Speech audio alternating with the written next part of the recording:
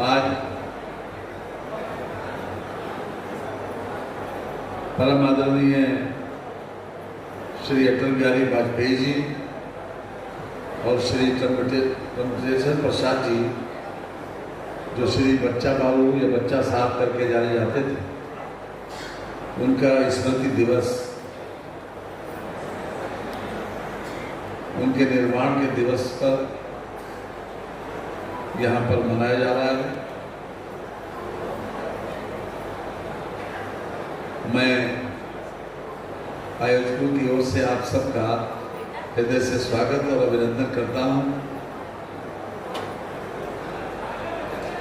मंच पर विराजमान माननीय श्री सुरेश राही जी, जो राज्य मंत्री कारागार हैं उत्तर प्रदेश में, सम्मानीय श्री अभिषेक कुमार जी, विभाग प्रचारक, सम्मानित श्री हरपाल सिंह जी, संचालक जी, सम्मानित श्री अचिन मेहरोत्रा जी, पूर्व जिलाध्यक्ष, सम्मानीय श्री भरत त्रिपाठी जी, पूर्व एमएलसी, सम्मानीय श्री अम्बरीश श्रीवास्तव अंबर जी, जो जिलाध्यक्ष हैं संस्कार भारती के, सम्मानित श्री राजेश शुक्ला जी, जिलाध्यक्ष भारतीय जनता पार्टी, सम्मानित श्री रामकृष्ण भार्गव जी, विधायक मिश्री, सम्मानित श्री शिव कुमार गुप्ता जी, जिला पंचायत अध्यक्ष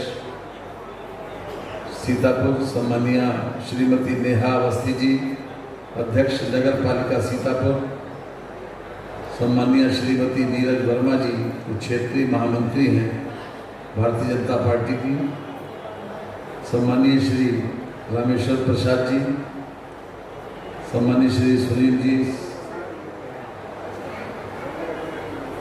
यहाँ पर उपस्थित अन्य महानुभाव, पत्रकार एवं छायाकार मित्रों तथा सभी सम्मानित बहनों और भाइयों,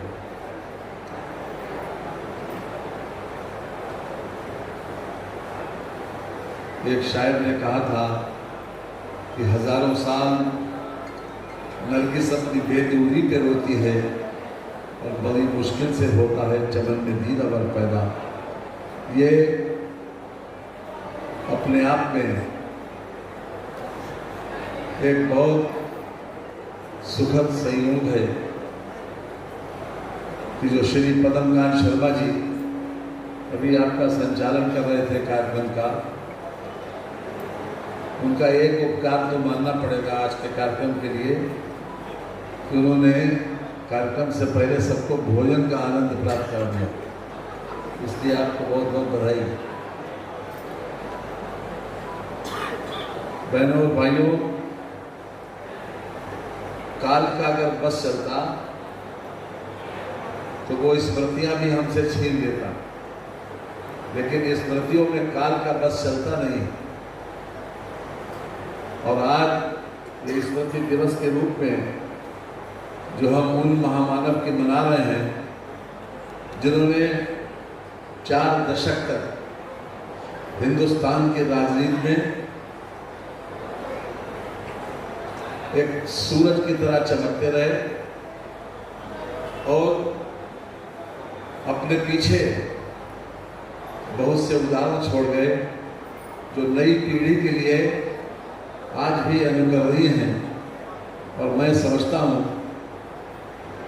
कि जो लोग भी अटल बिहारी वाजपेयी जी के करीब रहे या उनका कार्यकाल उन्होंने देखा, उनके बारे में,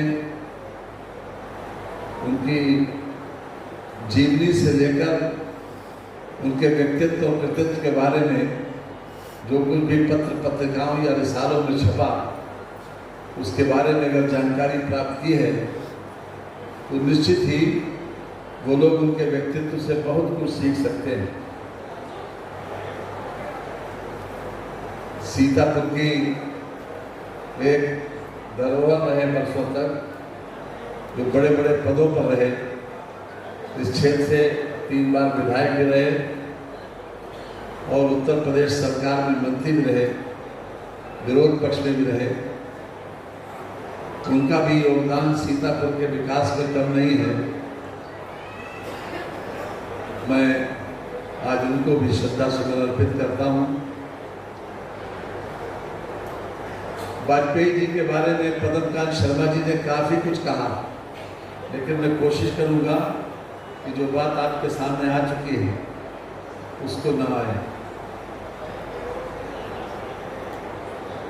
बहनों और भाइयों, 3 शेक्सपियर ने लिखा है कि 3 प्रकार के लोग इस दुनिया में खास तौर से होते हैं। एक महान पैदा होते हैं, दूसरे नंबर पर वो लोग जो अपने कर्मों से महान बनते हैं, अपने पुरुषार्थ से महान बनते हैं, और तीसरे नंबर पर वो लोग जिनके ऊपर महानता थोपी जाती है, होते नहीं हैं।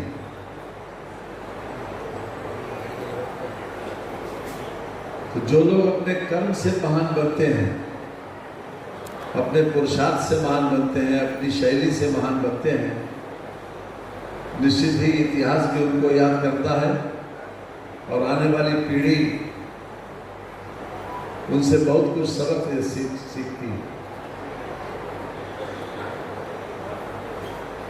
वाजपेयी जी हिंदुस्तान के 4 प्रांतों से पार्लियामेंट के मेंबर रहे। 25 दिसंबर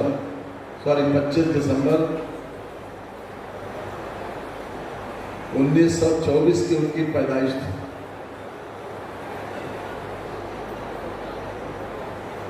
और प्रारंभ से ही 7 भाई बहन के बीच में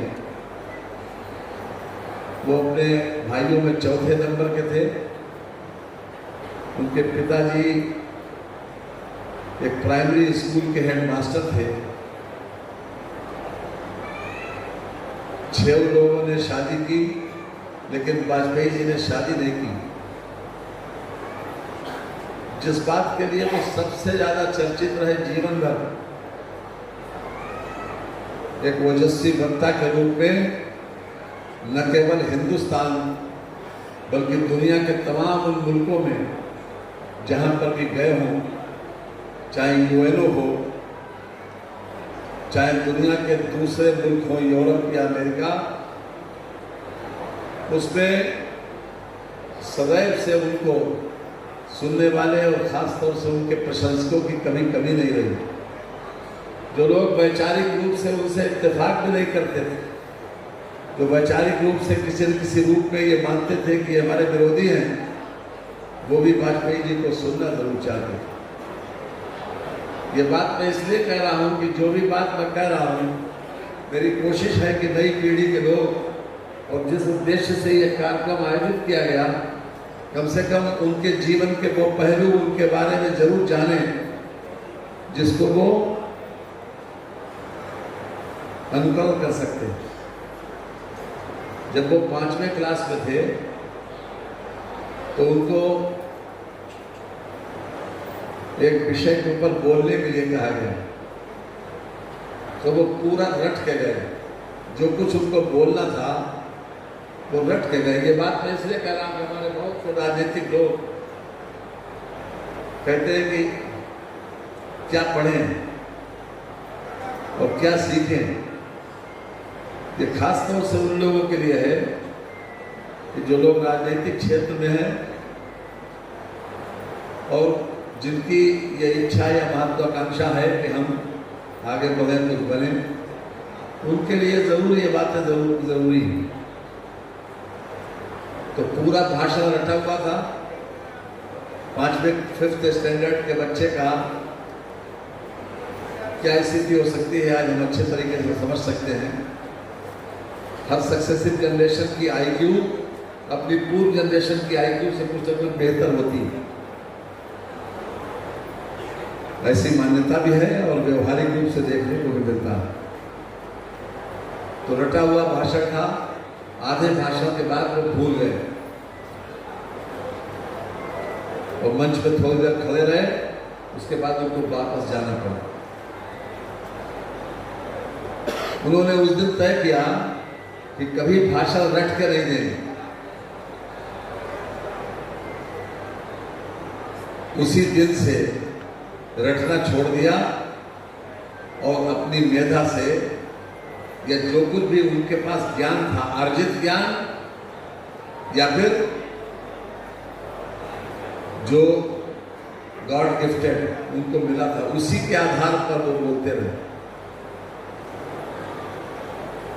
अब आप समझ सकते हैं कि हमारे बहुत से लोग भाषण जब देते हैं तो वो भी कभी कभी इस प्रकार की स्थिति में होते हैं। लेकिन अगर हम विषय वस्तु हमारे मन में क्लियर है, हमारे पास हेडिंग्स हैं कि हमें किस विषय पर बोलना है, तो मैं समझता हूँ उनके सामने ये समस्या नहीं आएगी।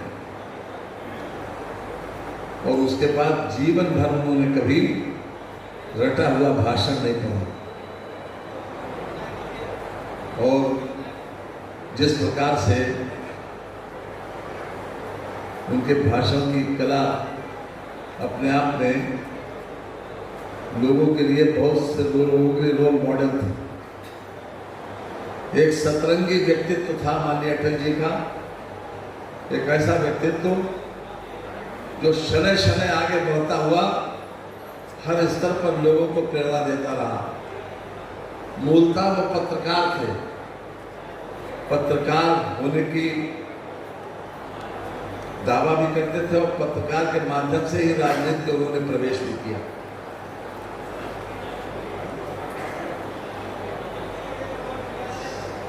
सन 52 का इलेक्शन लड़े, सन 55 का इलेक्शन लड़े, बाई इलेक्शन, लेकिन पहली बार पार्लियामेंट में सन 57 में गए और बलरामपुर से, गोंडा के बलरामपुर से। जिस समय पंडित नेहरू प्रधानमंत्री थे तो पहली बार ये जब चुन के गए थे, तभी पंडित नेहरू ने उनकी वक्तत्व कला की सराहना करते हुए और खास तौर से खाली भाषण में, पार्लियामेंट में भाषण देने में और किसी मैदान में भाषण देने में बहुत फर्क होता है। वहाँ कंटेंट्स चाहिए होते, टू दी पॉइंट बात करनी पड़ती। उन्होंने उसी वक्त कहा था कि ये व्यक्ति कभी वो प्रधानमंत्री बनेगा। आप समझ सकते हैं कि जो 57 बहुत छोटी उम्र में पार्लियामेंट में अपनी बौद्धिक क्षमता, अपनी वक्तत्व कला के माध्यम से ही पार्लियामेंट में पहुंचे थे। दूसरा व्यक्तित्व उनका था, एक समन्वयवादी राजनीति करते, समन्वयवादी, पॉजिटिव अप्रोच, पॉजिटिव सोच और हर एक को साथ में लेकर चलना चाहते, अपने आप में गुण पैदा करना, अपने आप में योग्य होना एक बात है, और सबको साथ में लेकर चलना राजनीति में ये बहुत आवश्यक है। और ये कला उनकी उस वक्त सबसे ज़्यादा प्रखरता से काम आई जब उन्होंने 24 पार्टियों की सरकार 6 वर्ष चलाई। अगर ये गुण नहीं होता तो शायद 6 साल तक वो सरकार चलाने में सक्षम नहीं है।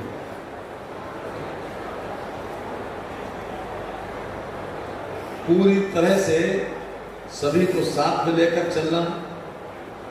लोग विरोधी भी होते थे, वो भी उनके तर्क के आगे और उनकी जो शब्द सामर्थ्य थी, वो भी ये सोचते थे कि हमको भी ऐसा ही होना चाहिए।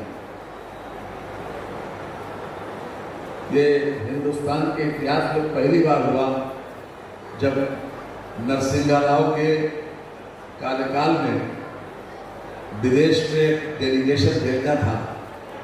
हालांकि उनके भी मंत्री थे सलमान खुर्शीद, लेकिन उन्होंने भेजा अटल बिहारी वाजपेयी जी के नेतृत्व में डेलीगेशन। ऐसा सामान्यतया ऐसा होता नहीं है कि जो सरकार है उसका कोई विरोधी दल का नेता वो किसी डेलीगेशन का, ऐसे डेलीगेशन का नेतृत्व करे जिसको विदेश जाना। लेकिन विदेश मंत्री के रूप में उनका एक बहुत अच्छा अनुभव था और उन्होंने भारत की ख्याति, भारत की संस्कृति, भारत की सभ्यता को पूरी दुनिया में पहुंचाया। और ख़ास तौर से यूनाइटेड नेशंस ऑर्गेनाइजेशन में पहली बार हिंदी में भाषण भी दिया। बहुत सी चीज़ें में कहना तो आसान होता है, लेकिन व्यवहारिक रूप से उसको उतारना बहुत कठिन होता है। इसलिए मित्रों, जो राजनीतिक क्षेत्र के लोग हैं वो अच्छी तरह इस बात को जानते हैं। हम में से बहुत से लोगों ने उनकी कविता भी सुनी होगी। कविता के क्षेत्र में भी बहुत अच्छा दखल था। साहित्यिक तो थे ही, क्योंकि मूलतः पत्रकार थे। कवि वास्तव में बिना जज्बात के कवि नहीं हो सकता आदमी। और जितना माइन्यूट ऑब्जर्वर होगा, जितना माइन्यूट ऑब्जर्वेशन करने की क्षमता होगी, उतना ही अच्छा वो कवि होगा। राजनीति के विभिन्न पहलुओं पर उन्होंने कविता लिखी। उनकी एक बहुत प्रसिद्ध किताब है मेरी 51 कविताएं, और हर तरह से लोगों को मंत्रमुग्ध करने वाली, खास तौर से किसी न किसी रूप में प्रभाव छोड़ने वाली और संदेश देने वाली, जो हमारे जीवन को संदेश देने वाली कविताएं उन्होंने बहुत सी लिखी। ये भी अपने आप में उनका बहुत बड़ा गुण था।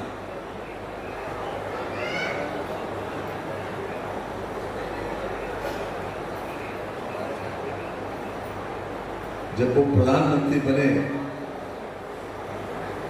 प्रधानमंत्री बनने से पहले जब वो विदेश मंत्री थे, तब सन 77 में तब लोग पत्रकारों ने उनसे पूछा कि आपका झुकाव किधर होगा? अभी काम कर रहे, थोड़ी देर बाद लेफ्टिस्ट या राइटिस्ट? आप पूंजीवादी व्यवस्था की तरफ झुकेंगे या जो समाजवादी व्यवस्था की तरफ झुकेंगे? तो उन्होंने बल्कि यही जवाब दिया था कि ये दोनों हमारी तरफ झुकेंगे, हम किसी की तरफ नहीं झुकेंगे।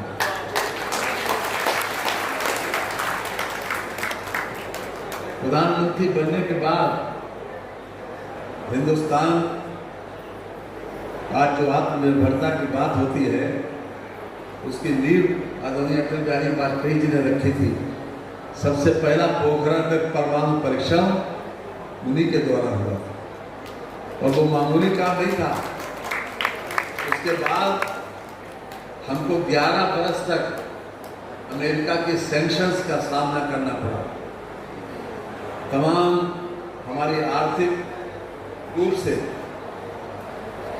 प्रगति के लिए, क्योंकि अमेरिका अपने आप में एक ऐसा शक्तिशाली देश है, वो अपनी टर्म्स कंडीशन दुनिया को समझाता है। लेकिन चाहे मुरारजी भाई हों या चाहे अटल जी, ये लोग अमेरिका के सामने कभी झुके नहीं, कभी नहीं। अपनी शर्तों के ऊपर ही समझौते हुए, और उन्होंने तमाम विरोधों को नज़रअंदाज करते हुए, मालूम था इस बात का कि सैंक्शंस लगेगी, हमारी आर्थिक गतिविधियों के ऊपर रोका जाएगा, लेकिन उसके बाद भी पोखरण में परमाणु परीक्षण किया। चूंकि जापान में 6 अगस्त और 9 अगस्त 1945 को अमेरिका ने जो 2 बम गिराए थे हिरोशिमा और नागासाकी के ऊपर, उसकी स्मृति दिवस आज भी जापानीज लोग मनाते हैं। इत्तेफाक से जिस दिन ये परमाणु परीक्षण हुआ, मैं जर्मनी में था। वहाँ के लोग इतने ज़्यादा अफ्रेड थे कि ये क्या हो रहा है, हिंदुस्तान ये क्या कर रहे हैं। मतलब वो इसी बात को लेकर बहुत चिंतित थे, क्योंकि उन्होंने जर्मनी के जो पूर्वज थे, उन्होंने वो जमाना देखा है हिटलर का भी, कि गैस के चेंबर में उन्होंने 60 लाख युवकों को बिल्कुल भाप बना दिया।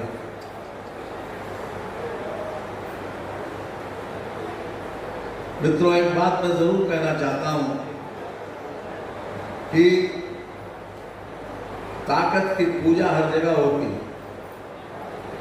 और ताकत शांति की बात वही स्वीकार करवा पाता है जिसके पास ताकत हो, और जिसकी जो ताकत चाहे जैसी हो, चाहे नेगेटिव हो या पॉजिटिव हो। हमारे वहां परंपरा है, नाग पंचमी के दिन सांप को दूध पिलाया जाता है। सांप के अंदर दूसरे को जान लेने के अलावा उसके अंदर कोई क्वालिटी नहीं, कोई गुण नहीं, लेकिन उसको भी दूध पिलाते हैं नाग पंचमी। उसके पास क्या गुण है कि वो दूसरे की जान ले सकता है, वो दूसरे की जीवन लीला समाप्त कर सकता है। तो शांति की बात उसी की स्वीकार की जाती है जिसके पास अपनी ताकत। और दुनिया के सारे रिश्ते, हम, ये सही है कि हम बुद्ध के देश हैं, ये भी सही है कि हमने कभी आक्रमणवादी नीति नहीं अपनाई, लेकिन अपने बचाव के लिए और आवश्यकता पड़े तो उन लोगों को जवाब देने के लिए जो हमारे ऊपर आंख उठाएं, ये बहुत जरूरी है। इसलिए ये आवश्यकता है कि हम हर तरीके से ताकतवर हों, और दुनिया के पास जब परमाणु शक्ति मान के चला जाता है कि आजकल सबसे ज़्यादा शक्तिशाली वही है जिसके पास ज़्यादा परमाणु हथियार है, तो ये शुरुआत भी माननीय अटल बिहारी वाजपेयी जी ने की, ये श्रेय भी उन्हीं को जाता है।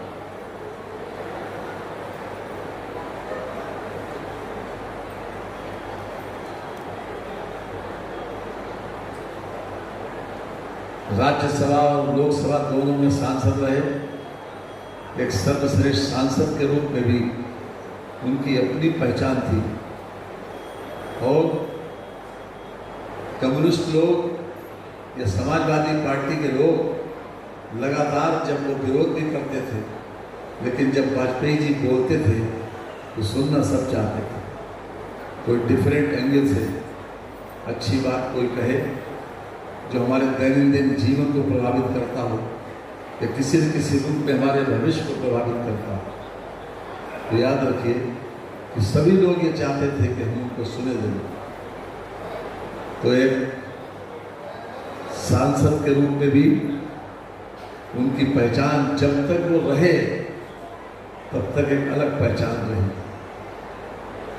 ये भी अपने आप में एक बहुत बड़ा गुण है, और ये कोई ऊपर से अवतरित इस प्रकार से नहीं हुई। एक बहुत सामान्य व्यक्तित्व, एक बार जेपी माथुर साहब बता रहे थे कि वो रात में आए 12-1 बजे तक। उस समय पार्लियामेंट के मेंबर नहीं थे, संघ के प्रचारक के रूप में थे, और जब दरवाजा नहीं खुला उनका माथुर साहब का, तो वो सामने नान में एक बेंच के ऊपर लेट गए, वहीं सो गए। तो जो व्यक्ति, ये वो वही व्यक्ति हो सकता है जिसके ऊपर शान और शौकत हावी न हो, जिसके ऊपर सुख सुविधा हावी न हो, ये वही व्यक्ति कर सकता है। कमल भी काम कर रहा है। जितने भी एक मानवता के गुण हो सकते थे वो उनके अंदर कूट कूट के भरे हुए। एक मामूली से परिवार में हेडमास्टर के वहाँ पैदा होकर और हिंदुस्तान की सर्वोच्च सत्ता पर 6 बरस तक अपने पास बहुमत न होते हुए भी उनको एक प्रधानमंत्री के रूप में स्वीकार किया। ये उनके व्यक्तित्व और कृतित्व और उनकी गुणों का ही परिचायक है कि जो कुछ भी उन्होंने किया, और प्रधानमंत्री के रूप में उन्होंने बहुत, जैसे स्वर्णिम चतुर्भुज, प्रधानमंत्री ग्राम सड़क योजना, सर्व शिक्षा अभियान। मुझे याद है कि जब मैं पहली बार विधायक बना तब एक एक स्कूल के लिए हम तरसते थे। उधर कोई ऐसी व्यवस्था नहीं थी कि सब जगह के स्कूल खुलवा दें, लेकिन जब माननीय अटल जी प्रधानमंत्री बने उसके बाद हर क्षेत्र में प्राइमरी स्कूल सरकारी और जूनियर हाई स्कूल ये बहुतायत कर दिए उन्होंने। प्रधानमंत्री ग्राम सड़क योजना में आज भी ठेकेदार याद करते हैं कि ठेकेदारों को तो नुकसान हुआ, लेकिन क्योंकि उन्होंने 5 साल तक उसके मेंटेनेंस की व्यवस्था भी उसी ठेकेदार ने जो की, और कुल मिलाकर वो जनहित का ऐसा निर्णय था जो मील का पत्थर बना हुआ। आज भी लोग उसको इस बात का याद करते हैं कि 5 साल का मेंटेनेंस भी, क्योंकि ठेकेदार को ही उसी ठेकेदार को जब 5 साल का मेंटेनेंस करना पड़ेगा तो वो खराब क्वालिटी क्यों करेगा। ये योजना उन्हीं की थी और उन्होंने उसको जमीन पर उतारा। कहने का तात्पर्य यह है कि कोई पद चिन्ह बनाता है, कोई पद चिन्हों पर चलता है। आज तो बहुत से ऐसे पद चिन्ह छोड़ गए जो हमारी नई पीढ़ी के लिए, और मैं समझता हूँ कि राजनीतिक क्षेत्र में काम करने वाला व्यक्ति कोई हो, वो जरूर चाहेगा कि अटल जी को पढ़े जरूर। और वो तो चूंकि पत्रकार, कवि हृदय थे, साहित्यकार के रूप में उन्होंने कितने अखबारों का संपादन किया। वीर अर्जुन, पांचजन्य, राष्ट्रधर्म, स्वदेश, इन सब के वो संपादक के रूप में उन्होंने सेवा की। आज मुझे खुशी है, आदरणीय श्री रामेश्वर प्रसाद जी और श्री पदमकांत शर्मा जी मुझसे 2 बार मिले थे, तो मैंने उनसे कहा था आज लखनऊ में भी एक कार्यक्रम होता है उनकी स्मृति में, और एक कवि भी हैं हमारे हरिओम पवार, उनका एकल काव्य पाठ इस कार्यक्रम में इस समय भी हो रहा होगा। लेकिन उस वक्त मैंने जब कार्यक्रम दिया था तो ये दिमाग में था नहीं, लेकिन अब हाँ कर दिया था तो मुझे तो आना था। लेकिन मुझे अच्छा लगा कि आप सभी लोगों के दर्शन भी इसी बहाने हो गए। मंच पर जितने लोग बैठे हैं ये कभी न कभी किसी किसी रूप में हमारे साथ ही रहे हैं। शाहजहानपुर की जनता की बड़ी कृपा है कि कई बार से मैं उत्तर प्रदेश की विधानसभा में हूँ और हर स्थिति देखी है, सत्ता की भी विपक्ष की भी। इन लोगों से भी मुलाकात किसी उससे हो गई, और जिस प्रकार का व्यक्तित्व राजेंद्र प्रसाद राजेंद्र कुमार गुप्ता जी, आदरणीय गुप्ता जी अक्सर बताते थे कि हमारे प्रसाद साहब के बारे में, वो भी बहुत प्रशंसक थे उनके, और वो यहाँ के रोल मॉडल रहे हैं। और मैं समझता हूँ कि जितने भी लोग यहाँ राजनीतिक क्षेत्र में हैं, चाहे पक्ष के हों या विपक्ष के हों, वो सभी लोग किसी न किसी रूप में उनका सम्मान भी करते रहे और उनका नाम बड़े आदर भाव से लेते हैं। कि आप लोगों का सौभाग्य है कि आपने ऐसे व्यक्तित्व को यहाँ पर पाला पोसा, उनको सम्मान भी दिया, उनको प्रतिनिधित्व करने का मौका भी दिया। बहनों और भाइयों, बहुत कुछ कहा जा सकता है, लेकिन समय की भी अपनी सीमा है। आप लोग भी, मुझे पता चला काफ़ी पहले से बैठे हैं, इसलिए आज का ये स्मृति दिवस आयोजकों के लिए, और मैं समझता हूँ कि आप सबके लिए कोई न कोई सीख जरूर छोड़ के जाएगा। और मैंने कई बातें कही हैं, और वैसे भी अटल जी के बारे में बहुत कुछ लिखा भी गया, चाहे 25 दिसंबर हो, चाहे 16 अगस्त हो। टेलीविज़न के ऊपर तमाम तरीके की उनकी स्मृतियाँ, उनकी कविताएं, उनके वक्तव्य किसी न किसी रूप में झलकियों के रूप में हमारे सामने आते हैं। और ऐसा राजनीति में कोई दुश्मन नहीं होता, विचारधारा अपनी अपनी है, लेकिन आत्मीय संबंध होना, सबको साथ में लेके चलना, समन्वयवादी होना राजनीति में एक बहुत बड़ा गुण है।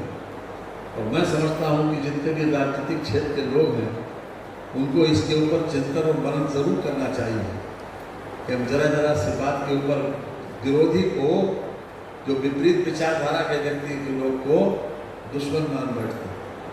यह अप्रोच सही नहीं है। इस अप्रोच के ऊपर बार बार मनन होना चाहिए कि हम वैचारिक रूप से सभी लोग चाहते हैं कि देश का कल्याण हो, हमारी शैली अलग हो सकती है, काम करने का तरीका अलग हो सकता है, रास्ते अलग हो सकते हैं, लेकिन उद्देश्य सबका एक है। बहुत व्यापक उद्देश्य।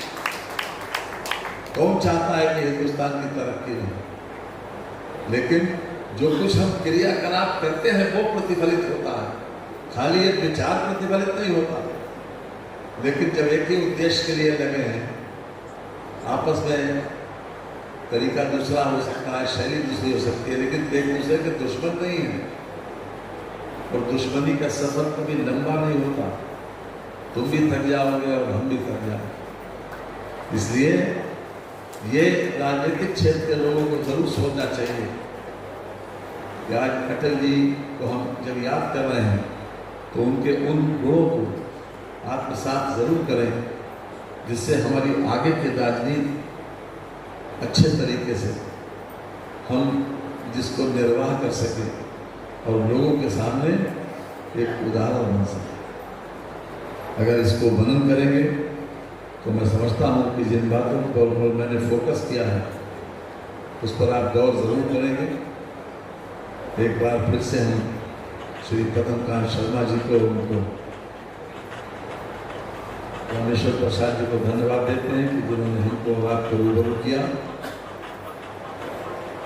और फिर से एक बार